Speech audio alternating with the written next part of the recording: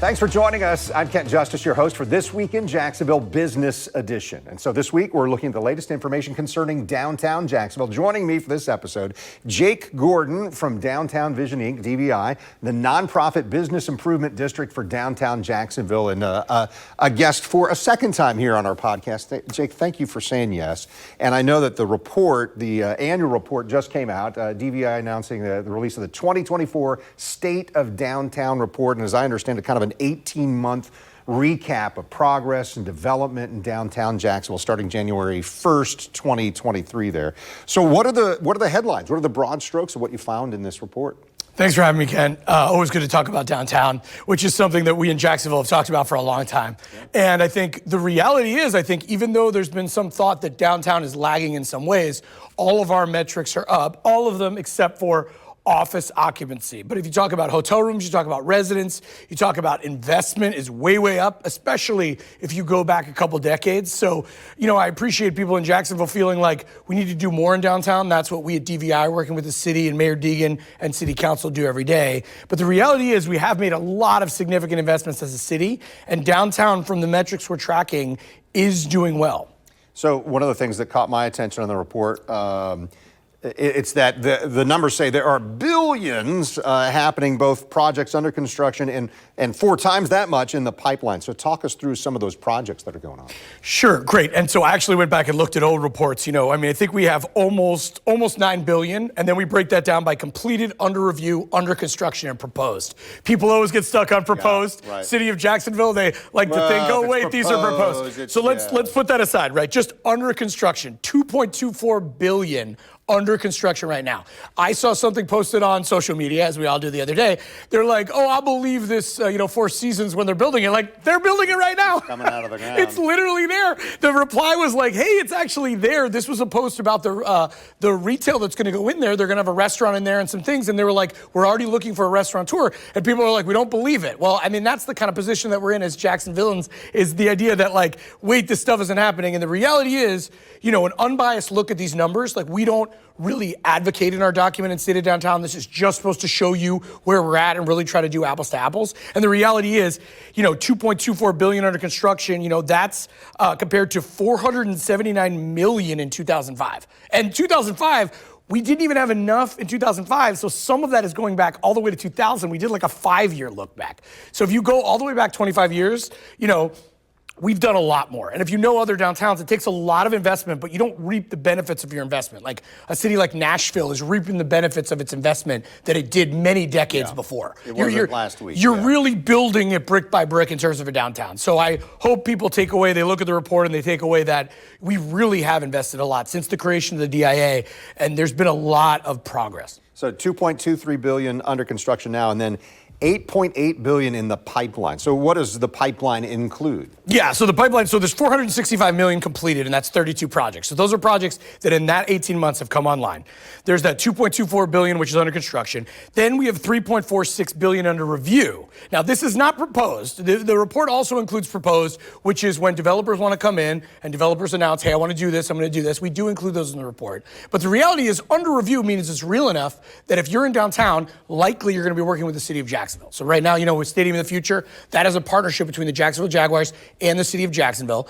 You see Mayor Deegan so committed to downtown and really trying to put amenities that are not just for downtown, but for the whole city, the whole region. And so you see almost all of these projects are partnerships. And so you see that almost $3.5 billion under review means that that's been submitted to the DIA, the Downtown Investment Authority, and there's some sort of partnership going on.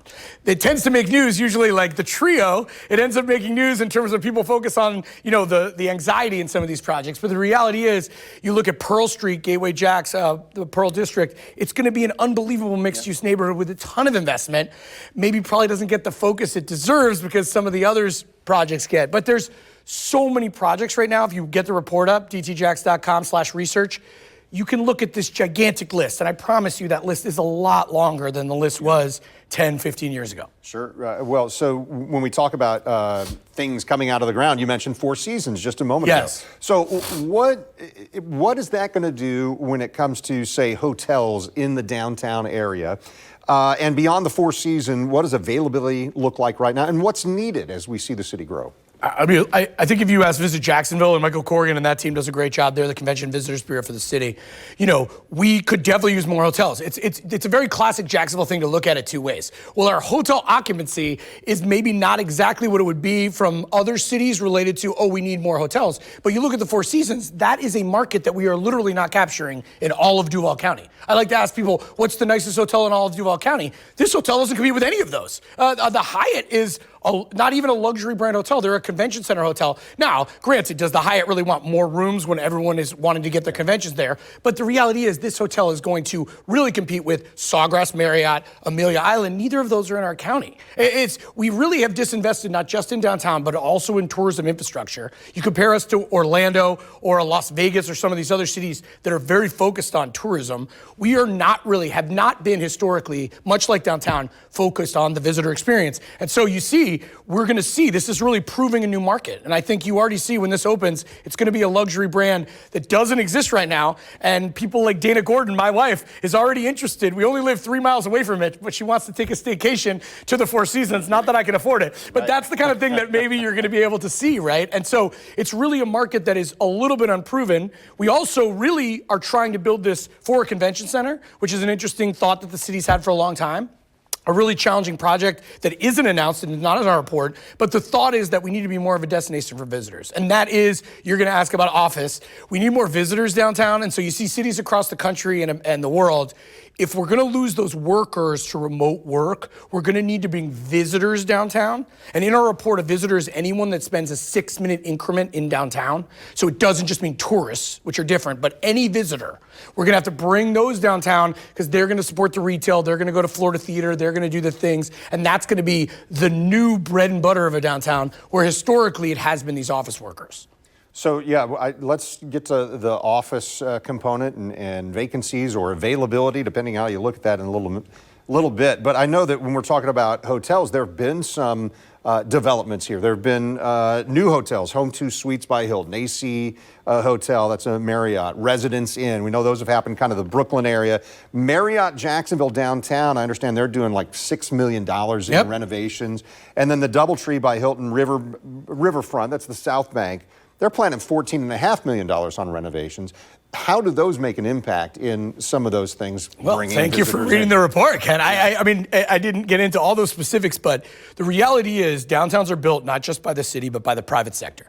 Those investments by those ownerships, they are really self-interested. They're just trying to make money back. This is America. They're trying to upgrade their amenities in their hotel to attract visitors, which then will pay off for them long term. And so if you go around the country and look at taking away investment in existing properties is a very good sign for your city, meaning that they're taking these properties that are, if you're making a big investment in your hotel rooms and you need to upgrade the hotel rooms, that's a big outlay of expense to the ownership, but they feel like they can make it back. And again, if you go back to 2015, when I moved here, there was not a lot of investment. I mean, even long-term property owners in downtown that are the best people and live here and want to help our city, it didn't make sense for them to necessarily invest in their property because they need to know they can make it back. There's not a lot of people in the business of putting money into a project and not getting it back. I will say something like the Calvert Chop House was a philanthropic gift to our city. The Klemps were amazing. They restored this historic building. They actually have been doing quite well as a steakhouse, but that development project was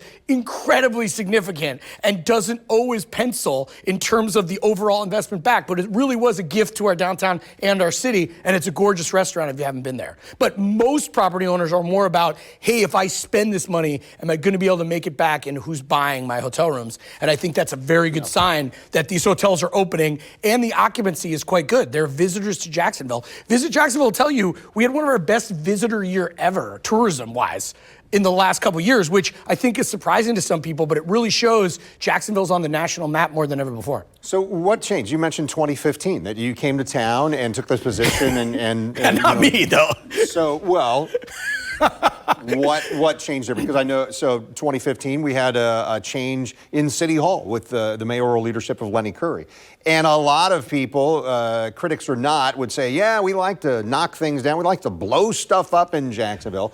But there's got to be some kind of path that leads to the growth that we're talking about right now. Oh, I think you look at Mayor Curry, and I think the politics aside, but it's all about like how are we moving our city forward and the fiscal responsibility. You see the school district right now really trying to make sure it can serve all the children in our city, but also make fiscally, right decisions like we all have to make in our lives. And if you look at what Mayor Curry did related to pension, we had about 25% of the unfunded pension liability of the entire state of Florida. I think there's like over 500 municipalities, and we had a quarter of the unfunded pension liability. So I remember a bipartisan coalition led by Mayor Curry that went to Tallahassee to go, hey, we have to fix this. Yep. Not really a partisan issue, and that's put so much money back into our city coffers. When Mayor Curry started, I think back in 2015, he probably had $5 million discretionary, and he ran on public safety, and so JSO needs that money, as they do right now. JSO, incredibly important. And you look at Mayor Deegan has definitely, benefited from some of these past mayors' decisions to try to make sure that these decisions are being made appropriately. But that's the tension in our city right now. We don't have a ton of money. We're not overtaxed. We don't have, it's a fine line about what we invest in and what we don't. And I think that's what people see about downtown. These decisions at council and the mayor's office and otherwise, they're taking it very seriously, as they should, because these are taxpayer dollars that we are putting into these projects. And so you see that with the DIA, there's always a little bit of anxiety related to it, but the fact remains, investing in downtown from the council is a good decision. So you see a lot of these projects that got invested in back when maybe Mayor Brown or Mayor Curry, Mayor Brown helped start the DIA itself, those are now reaping the benefits of those investments. And they, recruited big property owners locally like ViStar, which bought a building downtown and moved downtown. And it's like, cities are made in decades, not years. So it's like, even since 2015, it's really only been like 1 year in the life of our city. We are way too impatient for that, right? The life of a person is not the life of a city, right? When you talk about Nashville, that's going back to like the 90s when they really started looking at it. I mean, you could say that the city of Jacksonville has tried and focused on downtown, but it really only started making progress when the Downtown Investment Authority was created under Mayor Brown. And you look at Mayor Payton helped start that, Mayor Delaney, like it's definitely these elected officials and city council all that time has made impact. But I do think people are so burned out on the planning and when will it come. And that's, again, we're not trying to convince anyone of anything, but if you look at the raw data that's in our report, it really is still trending upward in all of our metrics, but office vacancy. So before we get there, what's the demand for retail, restaurants, all of that kind of thing? What's needed and maybe what's planned? What do we see coming? Yeah, so I think people think, compared to other cities when COVID happened, we didn't really lose all of our restaurants. There's been all around the country, there's been this walk traffic issue, and every city in America is faced with that, and we're still kind of struggling with the after effects. Restaurants that have been lost because of that. Yes, and I think it was funny because it didn't happen right away, but it's kind of the long term. Everyone tries to keep it going. Most of our restaurants in downtown Jacksonville are small businesses, just people trying to make it. Small businesses are hard to run. Jacksonville's an incredible place to start a small business, in my opinion, but also we need to support them, and that's one of the challenges. Downtown still has some of the challenges, like parking, right? It's slightly harder to park, but we have to go out of our way to support these businesses and restaurants more. I do think you see a lot of retail planned, though. There was just a recent announcement of the Oak Steakhouse coming, but still a ton of retail that has been supported, and it's really more about really bringing back all of those visitors to make sure the retail that's opening can be supported. There's still a lot of people downtown every day that walk around, and they do need places to eat and shop. And I think you see we are making progress on that. But the reality is retail follows rooftops, and I think the focus is still residents, adding residential. Even right outside the studio, I see a big residential project happening. Like, that's going to need more retail. And you look at how just the urban core all around has changed. I think it's more about adding residents than adding retail right now, and I think we'll be well positioned for the future. So Jake Gordon is our guest, the CEO of Downtown Vision Inc. Let's talk about residential a little bit. In downtown in 2023, 4,600 units, almost 7,700 residents. Was there a decline in this last year, this 2024, depending on how you look at that? That's very astute. I think when you look at COVID, we mentioned that. There was what was getting constructed during COVID, construction didn't stop. They did the construction. They were outside. They were doing it. But what stopped was there was this pipeline gap where new projects weren't being developed. There weren't working with each other. So you ended up with this kind of delayed gap where there ended up being this dip in terms of residential. Now, what we're seeing now in this report is that is back with a vengeance. I think it's, 24, almost 1,300 units in just Gateway Jackson's Pearl Square. Yeah. And so you look at that, like that alone changes the number. And then you end up with about 1,600 units from last year, like a huge increase in terms of residential. And so you look at, there's really a lot. Like if everything gets built, which is currently being constructed, we're going to have well over 10,000 residents, which has been mentioned as the number. Goal for a while. It's been the goal for a while. I think now the problem is just like any city, you're never done. If you go to downtown Atlanta, they have multiple downtowns almost. They're never done. You always want more. And I think you're going to see little neighborhoods in Jacksonville. We're going to have little goals in Brooklyn and North Bank and South Bank. And if you look at the downtown neighborhoods, those are growing at different rates. Here on South Bank, there's a different growth. There's going to be different retail needs, a little more tied to San Marco and San Marco Square. On the North Bank, a little more central, tied to the property owner. So that's a different living experience. And then you get Brooklyn, which has a lot more residential than it has, and then that's growing a lot. A big Whole Foods is being built there with a big mixed use by Live Oak Contracting, and a great project over there right across from Regency Centers. And so each one of these neighborhoods is kind of growing on its own as well. And I think you see residential is going to make up the backbone of that. Everyone wants to walk outside and have a live, work, play. That's why you live in a downtown, to really have it all. And there's still work to do on that, but you see, if you walk around downtown and look at the construction, the bones are there for sure. Yeah, and so I'm calculating with you as you're talking through some of those things, but at least 2,000 or more units are under construction, and in the report, 3,000 more units are under review here. Right, and that's units. So that's 5,000 units, which is more than one person lives in a unit. So that really adds a lot of people. Let's talk about what we've touched on a little bit of office vacancy. So as I'm reading through this, 26% vacancy in office buildings. Is that high compared to other places? I don't know. It seems like that would be. I overanalyze everything, Ken. Hold on while I overthink this. It's all relative to what, right? We put in the report openly, again, not an advocacy document, meant to inform, meant to help investors, meant to help people that are interested in this stuff. If you look at Miami and Orlando and Tampa, even downtown Miami has about the same leasable square feet as us, and their vacancy is way lower than ours.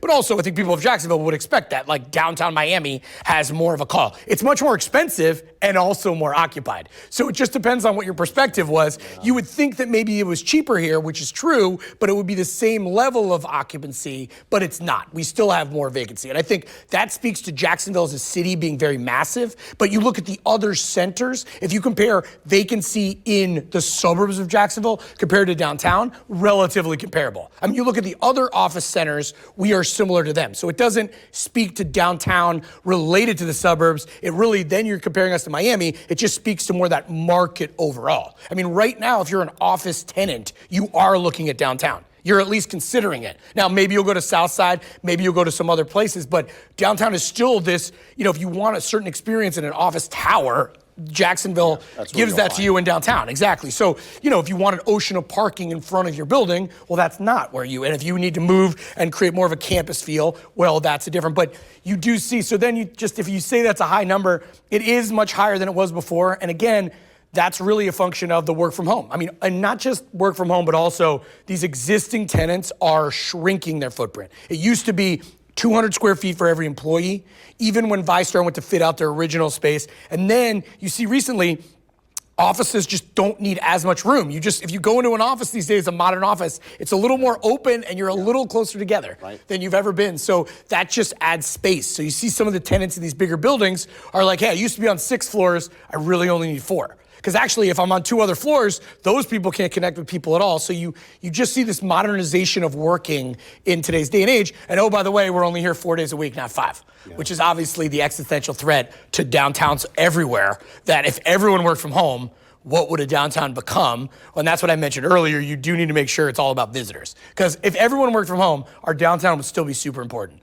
The symphony's there, the Florida Theater's there, the stadium's there, all the restaurants that would be luxury restaurants, you'd want those to be there. This idea of shopping can be online and maybe you can still work online, but cultural, tourism events, getting together with other people, live concerts, outside or inside, all of those things need to be in a communal atmosphere, and those are not going away. And for better or for worse, Duval County has put most of those things in one place. They're all in a 3 square mile area in downtown. A lot of our events, almost all of our events in Duval County happen either in downtown or at the beach, another great place that has a lot of communal aspects to it. But a lot of these more suburban areas are just not going to have that downtown has.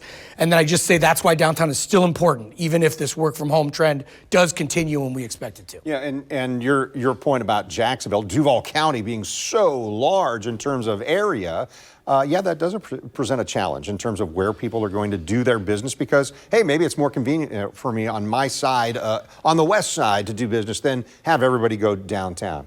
You said you were overanalyzing it, so let me have you help us out a little bit here. So what are the pluses and minuses of that vacancy for office buildings in downtown? If it's 25 or I think 26% is what I just said, vacancy in office buildings, what's the positive? How can that be leveraged, and what's the negative to it? Great question, Ken. I think office vacancy is something to be taken super seriously, and I think you see the city of Jacksonville and the Downtown Investment Authority, Lori Boyer running that. They've already done workshops related to, are there other incentives needed for office buildings should they want to convert? The big thing nationwide is office buildings being changed to residential, because right now residential is very, very popular. So you see in other cities, they're taking skyscrapers and the developers changing them. It's really challenging with the floor plate and all that stuff. So I don't know. I know that the city's looking at that and there's possibility. And I will say in Jacksonville, that's the one thing we have is we do work together. I think people maybe don't think that, but the reality is if you want to invest in downtown Jacksonville, the city of Jacksonville is very excited to talk to you, work with you, and the DIA will definitely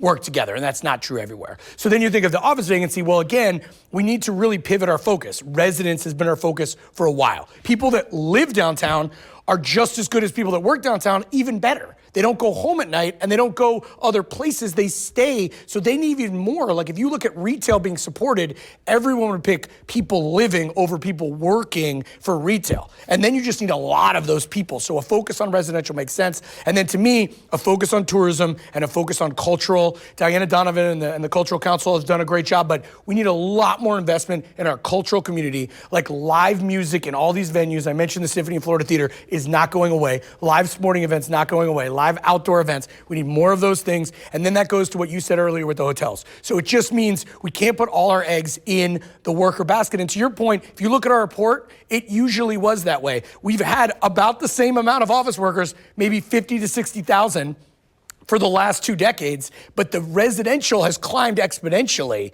And now we need to do even more of that. Because with people working from home, with office workers not being around, we're going to have to focus more on visitors than just office workers. Yeah, but like you said, even across the street from our station here on the South Bank, we see the residential happening right now. And we always see the excitement from Jake Gordon when he comes our way. Our guest today, the CEO of Downtown Vision, Inc. Thanks so much, Jake. Appreciate it. Thanks, Ken. And just a reminder to you, we are constantly working to bring you more interviews like this focused on economic growth in our region. You're going to find more episodes right now, including on News 4 Jax Plus. And thank you for joining us for This Week in Jacksonville Business Edition.